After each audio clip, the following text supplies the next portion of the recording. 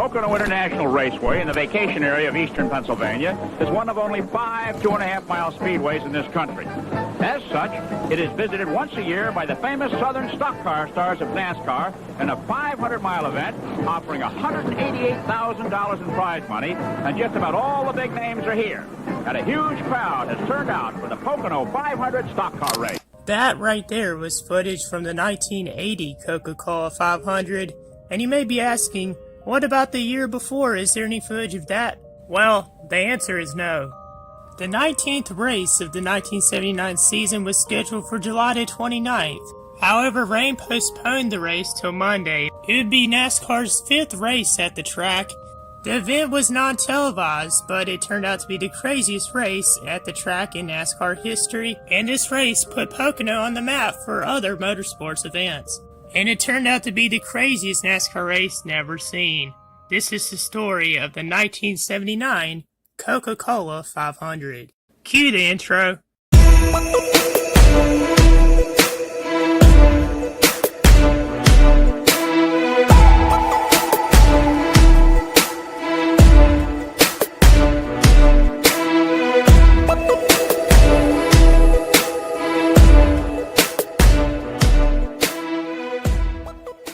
As I had mentioned during the intro, the race was postponed one day due to rain. However, there was qualifying, which one driver stole the show by putting on possibly the slowest qualifying lap in NASCAR history, if not the slowest. While on the grid awaiting their turn to go onto the track, an unnamed driver dared James Hilton to turn the slowest lap he could possibly do in his 48 Chevy. James ended up turning up a blistering 45-mile-an-hour average lap, which upset the NASCAR officials, who promptly fined him $500. Harry Gant ended up winning the pole with an average speed of 148.711 miles per hour. For those that may or may not know, NASCAR used to race at Pocono for 500 miles from 1974 to 2011, meaning they would run 200 laps, and occasionally the races would last over 4 to 5 hours. Man, I'm telling you, those drivers back in the day, they had to go through so much on a weekly basis. It's crazy how different the sport is now, but that's for another video. Now on to race day, July the 30th. The temperatures were in the 80s, and there's a crowd of 40,000 on hand to watch this event. Now, as I had mentioned in the intro, the race was not televised, but I will be using at some point footage from the 1980 race. Harry Gant led the field of 39 cars to the green flag, but was quickly passed by 3-time defending NASCAR champion Cale Yarborough.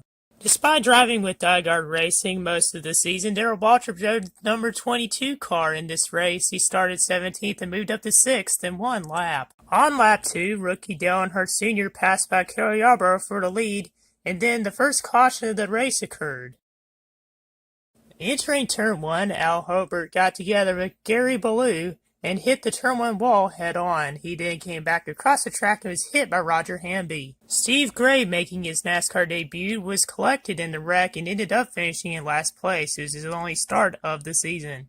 I couldn't find any other info about the wreck other than that Hamby's car caught on fire and it lasted a couple minutes. Cale Yarborough, Darrell Waltrip, and Dale Earnhardt Sr. swapped the lead multiple times for most of the first half of the race, with Dale Earnhardt Sr. leading 43 laps. The rookie Dale Earnhardt was looking for his second win of the season, his first coming at Bristol, and it appeared that he had a very high chance of winning this race. However, things went south on lap 98.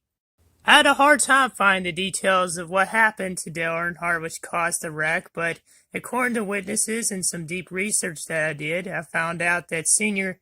had blew a tire and hit the wall, the Turn 2 steel guardrail wall, unfortunately breaking both of his collarbones. He would be airlifted to a local hospital and missed the next 4 races. David Pearson would finish 2nd, 3rd, 7th, and 1st in the 4 races that Dale missed, and Dale Earnhardt was actually in contention to win the championship leading up to that wreck.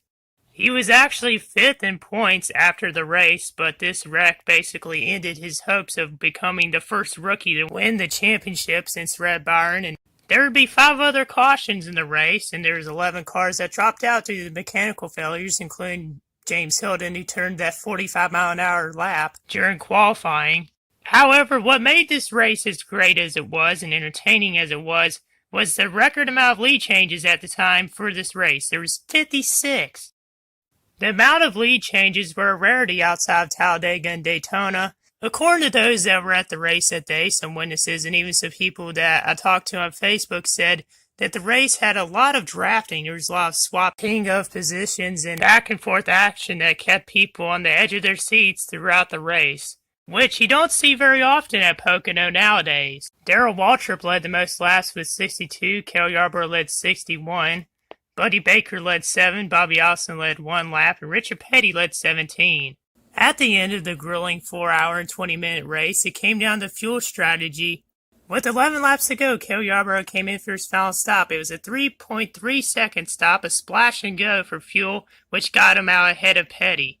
The lightning fast stop got Cale out in front for good, and he ended up leading the final 11 laps. However, the race ended under caution when Nelson Oswald blew an engine with 3 laps to go, and Cale Yarborough captured his 3rd win of the season, moving him 3 spots up in the standings to 3rd behind Richard Petty and Darrell Waltrip. Buddy Baker finished 3rd, Benny Parsons 4th, and Ricky Rudd finished 5th. It was his first lead lap finish of his career, and Bobby Allison finished 9th. The point standings after the race look like this. Darrell Waltrip was ahead by 209 points over Richard Petty. Cale Yarborough was a 211 back. Bobby Allison was 216. Darrell Waltrip won 7 races that season, but would fall short of the championship, losing to Richard Petty by 11 points. At the time, the 3rd closest margin in NASCAR history. I wish there was footage of this race, and I'm sure a lot of y'all would say the same. Maybe NASCAR has some tape of this race, but it's probably hidden in their files. Either way, I believe this to be the craziest Pocono race in history, and one of the greatest NASCAR races that was never televised. I'd like to thank everyone that helped me out on this story by giving me some insights, some pictures, and even those in some NASCAR Facebook groups I'm in that were able to give me some stories about the race and even some more insights. I put a lot of effort into this video, researching and finding what I need to make this the story that it is. If you want me to do more stories about races like this and from back in the day, let me know down in the comments below and hit the like and subscribe button. Also go follow my NASCAR account on Instagram, Savage NASCAR. And also comment down below your thoughts on this race. And until next time, I'm out. Peace!